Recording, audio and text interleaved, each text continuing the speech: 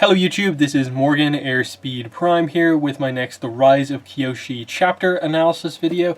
This one's going to be for chapter 8 of the book, and this one's called The Fracture.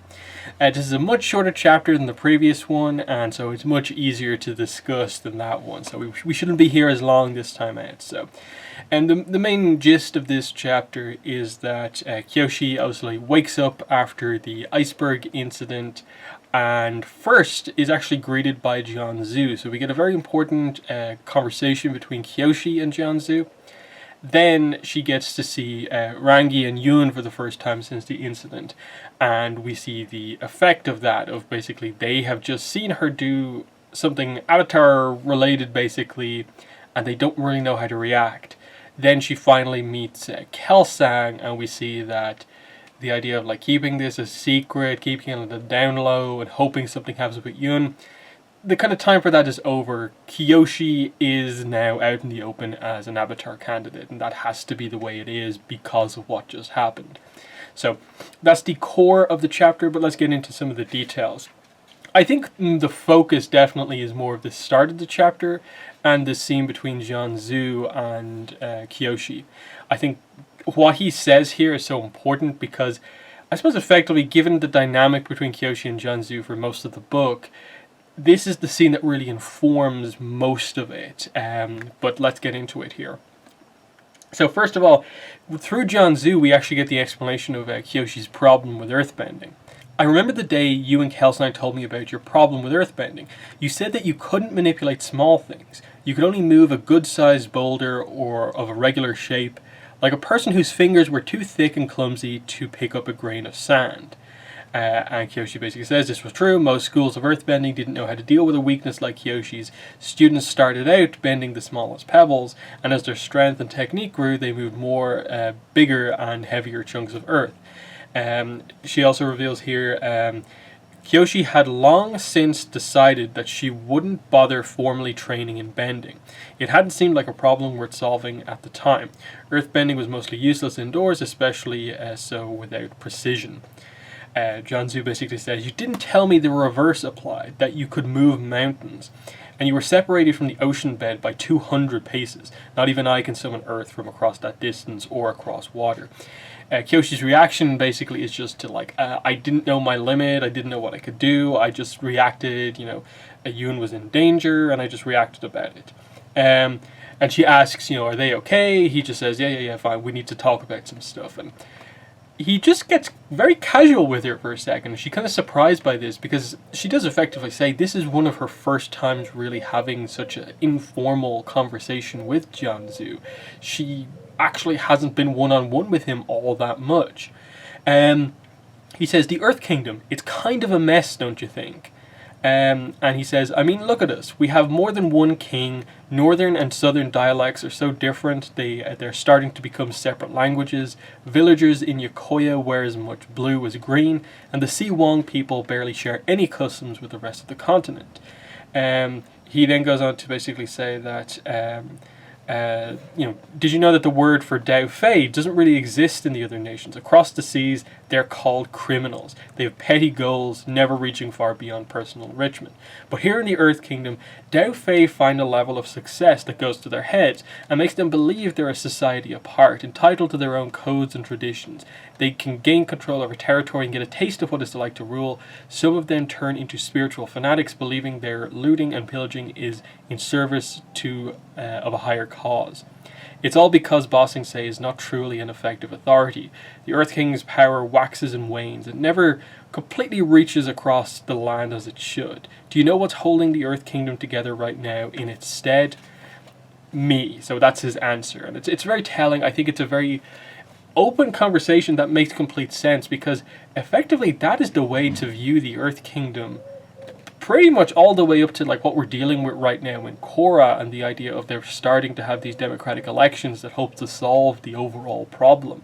Like when the Earth Queen was killed in Korra, the reason it descended completely into chaos is because just the sheer power of just the capital exerting some level of control over things, it being taken out in the way that it was, caused chaos that spread all across the Earth Kingdom. It just fell apart, that's how easy it is to sort of take apart the biggest nation in the world, because of just the status of how things are, of like trying to have a central leadership structure in a continent that is so big and covers so much ground. Like he said, people, the Siwang people, the it's so large. Like Bossing stays here, but like the places over there like have no real connection to it, and so on. It's an interesting like thing to bring up. And then the idea of like the Dao Fei, of like the people of the Earth Kingdom, in response to that, effectively I suppose he's describing the idea of it's so big that these groups basically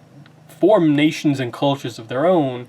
Jianzu's a bit dismissive of this, and like, but the idea of just groups of criminals basically forming their own society is normal in the Earth Kingdom, whereas in any other nation, because it has a better power structure and stuff like that, they're just called criminals. But here, they create their own code and stuff like that, and that's an important thing to keep in mind, given where the book is going to go. He then goes on to explain his power that he sort of possesses through his kind of influence across the world. Because we've been without an avatar for so long, the duty has fallen on me, and because I have no claim on leadership from noble blood, I have to do it solely by creating ties of personal loyalty. Every local governor and magistrate from here to the Northern Air Temple owes me. I give them grains in times of famine. I help them gather taxes that pay the police salaries. I help them deal with rebels. My reach has to extend beyond the Earth Kingdom as well. I know every bender who might accurately call themselves a teacher of the elements in each of the 4 nations, and who their most promising pupils are. I funded bending schools, organized tournaments, and settled disputes between styles before they ended in blood. Any master in the world would answer my summons. And he basically just says, you wouldn't know any of this because you've never really been outside Yokoya, outside of the iceberg. And here's where we get a very interesting piece of information here, just kind of thrown in the middle of all of this. Like, you could really easily skim past this, but then you realize it's actually a fairly important one. Kyoshi swallowed the urge to tell him that that wasn't true, that she still remembered the brief glimpses she'd seen of the greater world long ago. But that would have meant talking about her parents, opening a different box of vipers altogether. Just the notion of exposing that part of her to Jianzu caused her pulse to quicken. And he basically just goes on to confirm. So you see, Kyoshi, without personal loyalty, it all falls apart. And he basically just asks her, is there anything you want to tell me about what you accomplished on the iceberg? And she's kind of like, no, she still hasn't fully accepted, the fact that she is an Avatar candidate and could theoretically be the Avatar. She doesn't want to say that, but she knows she heard some sort of a voice of a man. She knows she did something that was insane on the iceberg, but she's kind of lying to herself here because she doesn't want everything to change, because she knows that accepting it means that Yun changes, Rangi changes, she changes, it all changes if she fully embraces this and is still kind of unwilling to do that. And she just says that, like, oh, I wasn't aware of my own limits, I just panicked, lashed out as hard as I could. Rangi tells me she often firebends stronger when she's angry, maybe it was like that. So he just says that, this is kind of important, I suppose, for Jianzu. I fought Dao Fei like Tagaka across the length and breadth of this continent for so long that the one thing I've learned is that they're not the true problem. They're a symptom of what happens when people think they can defy the Avatar's authority, when they think the Avatar lacks legitimacy. And he says, I'm only a stopgap measure, a substitute. The Avatar needs to be the one to actually resolve these issues. And Kyoshi says, it should have been Kuruk dealing with the Dao Fei, shouldn't it? And he says, if Kuruk were alive today, he'd be at the peak of his powers. I blame myself for his demise. His poor choices were my fault. And he explained, because the person who has the greatest responsibility to the world after the Avatar is the person who influences the way the Avatar thinks. I thought Kuruk earthbending, but I didn't teach him wisdom. I believe the world is still paying for my mistake in that regard. And he just tells her then, Yun is down the hall, go talk to them.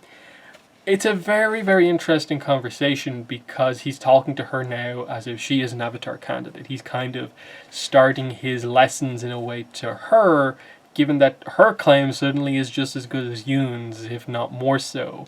And he's already sort of immediately, having never interacted with her before, now that she's kind of open, immediately being nice to her, bringing her in on everything, talking to her like a friend, casually, to kind of bring her up to speed on all of this. So, very interesting stuff to get, I suppose, Jianzu's personal view on things, and just there's a lot of detail here that I do like.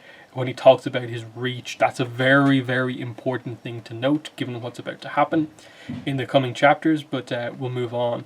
No, I don't think there's as much to say about the next ones. The basic idea after this is that she goes to Yoon. They quickly recap, Yoon and Rangi, they quickly recap what happened. They reveal here, most importantly, I suppose, we lost a lot of guardsmen at the iceberg. Tagaka's hidden waterbenders dropped an avalanche on them. Rangi and Heiran managed to save those they could by burning through the side of the iceberg after it thinned. So a lot of people died in this assault, but they didn't linger on just the how many people died, but the idea is that a lot of the other sort of random characters in the background were sort of killed during a lot of the action. And, once she hears about what happened and the fact that, they arrested Tagaka, the fleet is destroyed. Effectively, the Fifth Nation is gone at this point. A couple of guys escaped, but that's about it. The Fifth Nation is gone. Kyoshi just goes, Yoon, you did it, you saved them, and people will talk about this for ages to come. She's kind of saying his name is, Avatar Yoon, and Rangi kind of interrupts and says, Kyoshi, stop it, just stop. Stop pretending like it's the same as it was. We know what you and Kelsang were hiding from us, and this is where the reveal comes out, the fact that she lied about knowing stuff about her candidacy beforehand. And Rangi is the one who has the reaction. Yoon is just kind of silent. They basically say that he told her exactly what happened, but there was no emotion in his voice, no connection or anything like that. He just relayed the facts to her, but there was no real connection in what he was talking to her about. So Yoon is just kind of taking this in and just not really saying much. Rangi is having the kind of emotional response to this. So, she says, how could you keep that from us? Was it funny to you, making us all look like fools, knowing there's a chance that our lies were all a gigantic lie? What was your angle? Were you trying to discredit Yoon, Jianzu maybe? Do you have some sort of twisted secret desire to see the world fall apart at the seams? Answer me. And the idea here is that she's getting closer and closer to Kyoshi. She's about to kind of, she's about to almost hit Kyoshi is the idea. Rangi's finger began to heat up and smoke.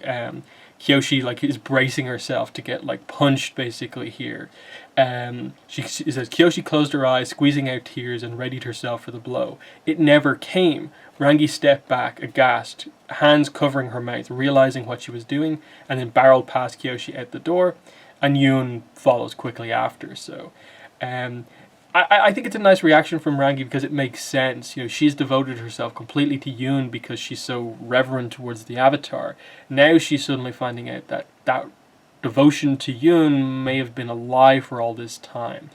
And, her best friend, effectively Kyoshi, has kept something from her.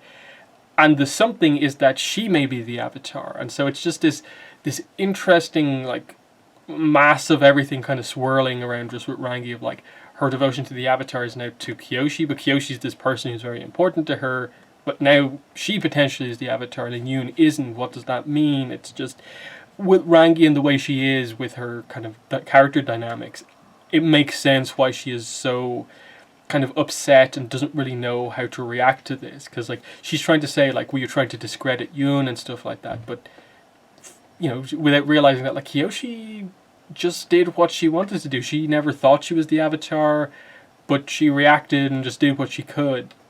Wasn't trying to discredit anyone. It's just, if she is the Avatar, she's the Avatar. If Yoon's not the Avatar, that's the case. But we'll get them kind of calming down a little bit as the story goes on. So she goes to Kelsang. We find out that he was sort of injured in all of this. Tagaka did fire some icicles at him and he got hit. He does have a bandage around his stomach, and he's lost a decent amount of blood, so he's sort of wounded, but he's still alive and fine. He just needs some time to recover. And it's revealed that Kelsang was the one who told Rangi and Yoon about what happened, and he basically just says that what I said about Yoon having a greater chance of being the Avatar isn't true anymore, not after what you accomplished on the iceberg. He also reveals, you were asleep for 3 days, Kyoshi. I thought your spirit had left your body. There was no more pretending.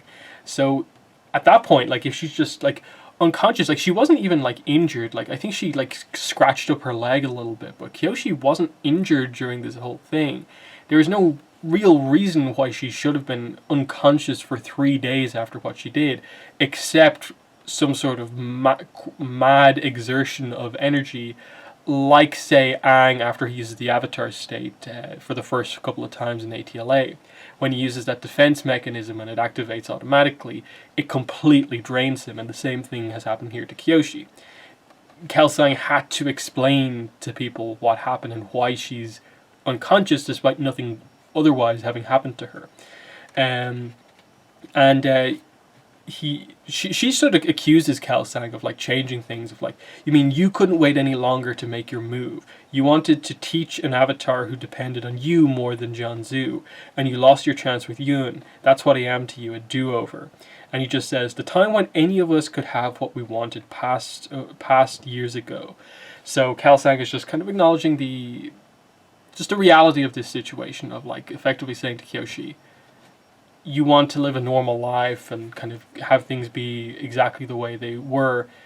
They can't anymore, because you more than likely now are the avatar, and that can't change. You may think, I want to do this because of this, that, or that, but the world needs its avatar, and it probably is you at this point. So it's about Kyoshi having to now deal with the fact that she's involved in the avatar process now, and probably is the avatar, and how she deals with everything having to change.